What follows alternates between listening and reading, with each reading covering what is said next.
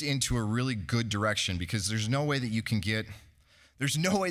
make a movement happen if it doesn't transition into the next generation.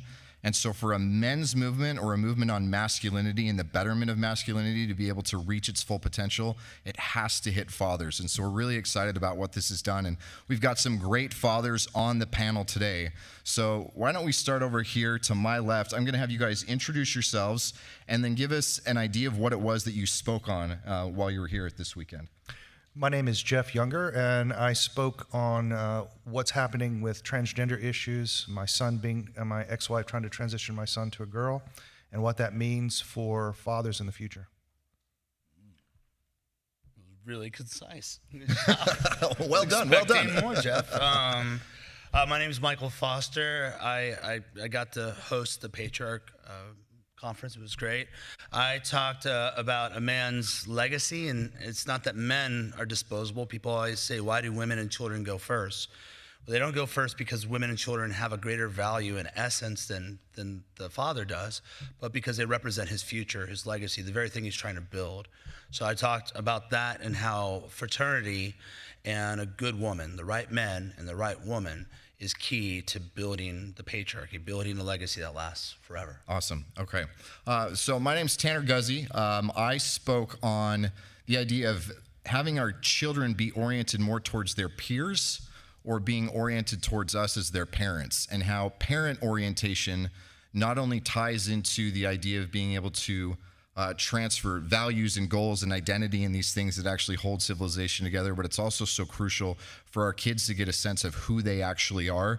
Whereas when they're peer-oriented, they lose themselves in the identity of whatever group it is that they belong to, and they never fully develop into functional, healthy beings with any real sense of self or self-esteem. All right. Hi, I'm Cornell Smith. I'm the paternity coach. While I normally would speak on behalf of parental alienation and helping dads be active dads, because I'm familiar with that, I spoke today about my book, Trapped by Law, and how over 1 million men and boys have been falsely named and implicated as the father of a child for a pregnancy that he didn't commit, and they face jail and prison on a resounding basis, facing a unsympathetic legal system and family law. Hi, excuse me.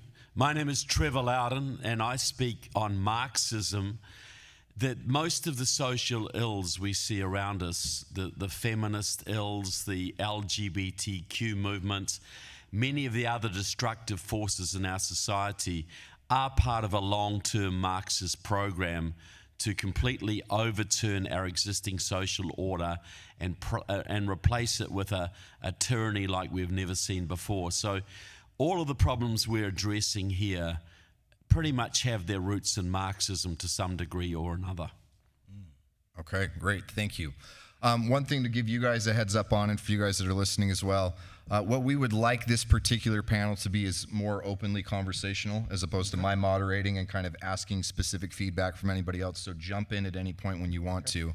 Okay. One of the questions that I would like to start with, especially because so many of you guys have addressed really heavy topics and you're dealing with incredibly difficult things, is there anything, and if so, what is worth being optimistic about with fatherhood right now? Sure, I'll go. Okay, please. You can't smash gravity, and you can't smash the patriarchy. It's a part of the cosmos. It's part of the design. It's not going anywhere. You can have setbacks, and we're in a setback, right? We're in a deep, dark valley.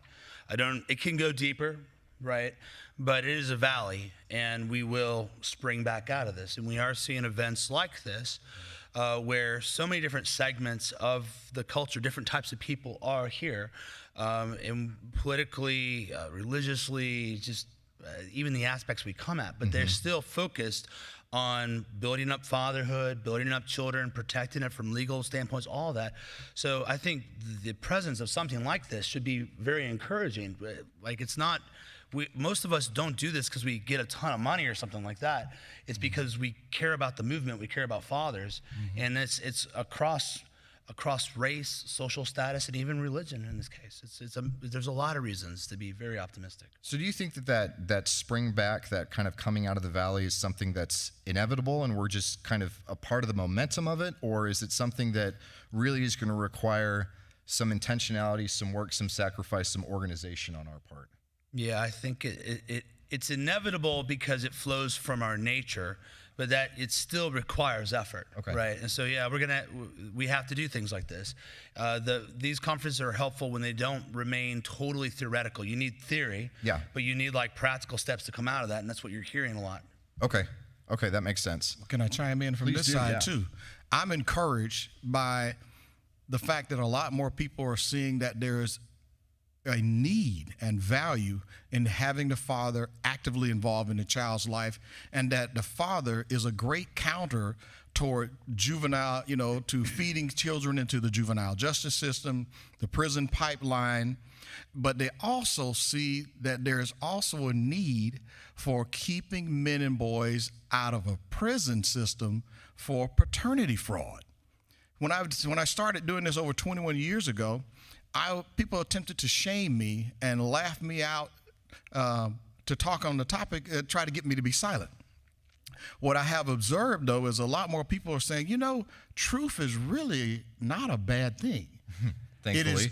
It is good that, yes, if we have fathers involved, then mom wouldn't have the 100% of the load. I was like, yeah, I've been saying that for decades.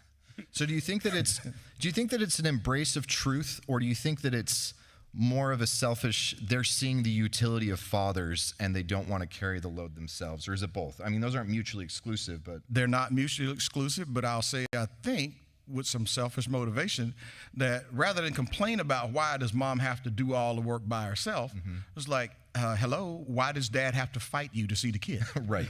Instead of saying, why didn't dad fight harder? I say there's a lot more of the public are embracing this position. Look, why did he have to fight in the first place? Amen. Yeah. He shouldn't have to fight to see his kids unless he's an absolute degenerate of a father. Yeah. Well, how about the hypocrisy, right? You say you want dads to be involved, but then you erect legal barriers and a huge wall. You got to be Superman to jump over that freaking wall. And the cost of admission, if you don't have a $25,000 retainer, you can't even get in the game. Right. But what you're seeing to be optimistic about is that there's a cultural shift away from that. There's a recognition of the problems that exist within that, and that creates the potential to actually remove a lot of those barriers. You don't need that retainer. That it's not that hard to get over that massive wall. At least at some of the lower income levels, they've seen the magic in, if we help these dads see their kids, they will pay the child support without being forced. It's like, duh. You mean if they have an emotional investment and they actually have a relationship, then they're more inclined to want to facilitate that and help that out? Precisely. That's insane. Precisely, my good man. Precisely. I have to tell you, Cornell, I Googled you to find out, and one of the top articles was from 2011 and was entitled, "Whatever Happened to Cornell Smith?" I was like, he's in front of me on the stage right now, still doing his thing. Well, the radical feminists have somewhat disappointed that I haven't been silenced by their attempts to shame me, to try to guilt trip me. Oh, you are against women. I'm like, okay, I'm a guy, I'm a husband, I'm a father, I'm a grandfather, I have a daughter, I have 2 granddaughters, I have 7 sisters. How could I possibly survive in my family hating women? When it was one of my own sisters who first turned me on to the sheer volume of women who commit paternity fraud. I tried to defend my ex against my sister's claim. And there's a dedication in my book as a big public apology to my sister. She knew something that I didn't know about the very nature of those who have openly embraced the radical feminist position that you can do everything that men can do without the accountability and without the responsibility piece. And I'm like, oh, no. You want to do everything that the men can do. It's okay that you want to live a lifestyle where you have as many as of the head count that you can stand. However, there are consequences and repercussions that go with that. Right. And you don't get to avoid those. No, that's adulthood. There you go. Yeah. Radical concept. I know, it's wild. Yeah, see, can I, excuse me. See, you're talking about the paternity fraud. The paternity fraud happens because there are government benefits, there are government largesse for lying. We're seeing this in the COVID epidemic now. Hospitals lie and inflate their figures because there is a financial incentive to do so. You're right. So the real problem is socialism. When you have government getting involved in areas it should not, it creates the possibility of getting benefits, of getting handouts, of getting money that is not deserved. So Ayn Rand used to say socialism wasn't that socialism encouraged a few bastards. It turned good men into bastards. It turns honest people into thieves and crooks and liars. And so when these young women have a financial incentive to lie and screw up a young man's life, that is the same principle that doctors have when they inflate COVID figures. Or when people, we see socialism all over the place or business people who milk the system, get money they shouldn't deserve because it's there on offer. Socialism corrupts people's souls. It corrupts people's morality, and that is the root cause of many of the problems we're facing now. So to end these corrupt practices, we have to end socialism. Well, I think the irony of this is that it's largely a chicken and egg situation, because one of the biggest bulwarks against socialism is a strong culture that isn't prone to these perverse incentives, that isn't so willing to throw out their integrity and their morality for the sake of some extra financial incentive. And that kind of structure and culture is only maintained by a civilization that values the nuclear family. And so if you have strong families, they're much more prone to resist the allure or the siren song of socialism. But when you have weak families and then socialism gets its hooks in and it can further weaken the family, then it becomes this downward spiral and it becomes more and more difficult for us to dig ourselves out of it. And can I add to that? That the system also seeks to, at that point, to protect itself. Right. Because some of my greatest opposition to legislative reform has come even at the executive level in state government.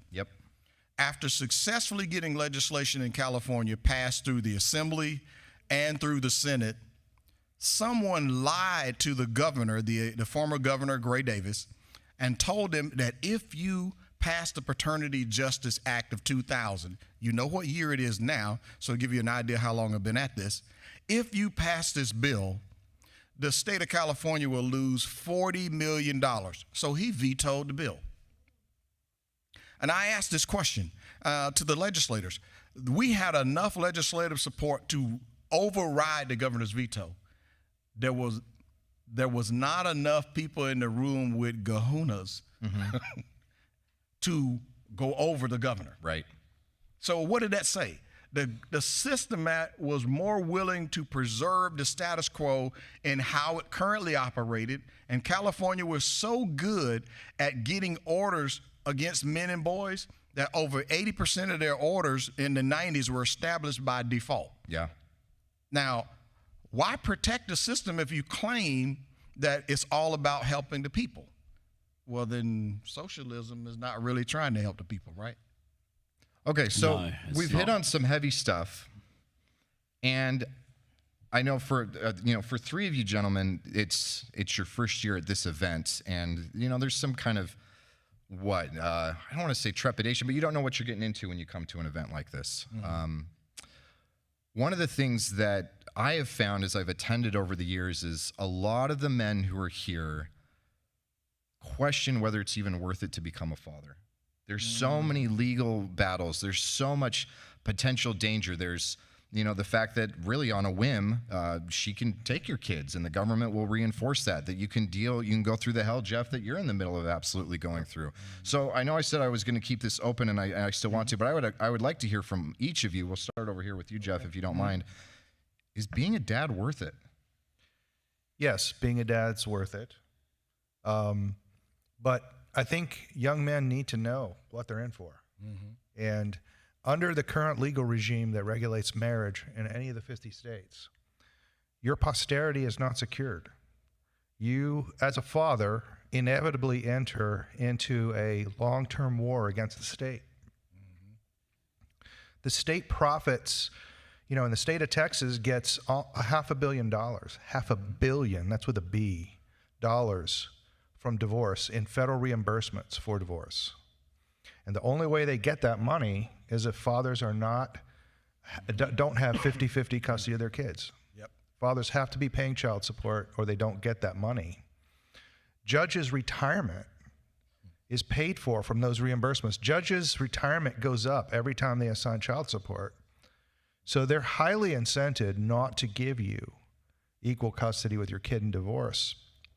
And I think we should ask ourselves, what are the temptations for women in marriage? Because most of these divorces are being initiated by women. Yeah. And we're asking women to, on a very bad day and perhaps a number of years where they might have trouble in their marriage. I mean, every marriage has years like that. Right. You're asking them to suffer through a temptation like this. They could take the house, half of all the financial assets, the children, 30% of the gross income of their husband, get sole control of the children, and we're asking them to just don't do that because it takes nothing for them to file.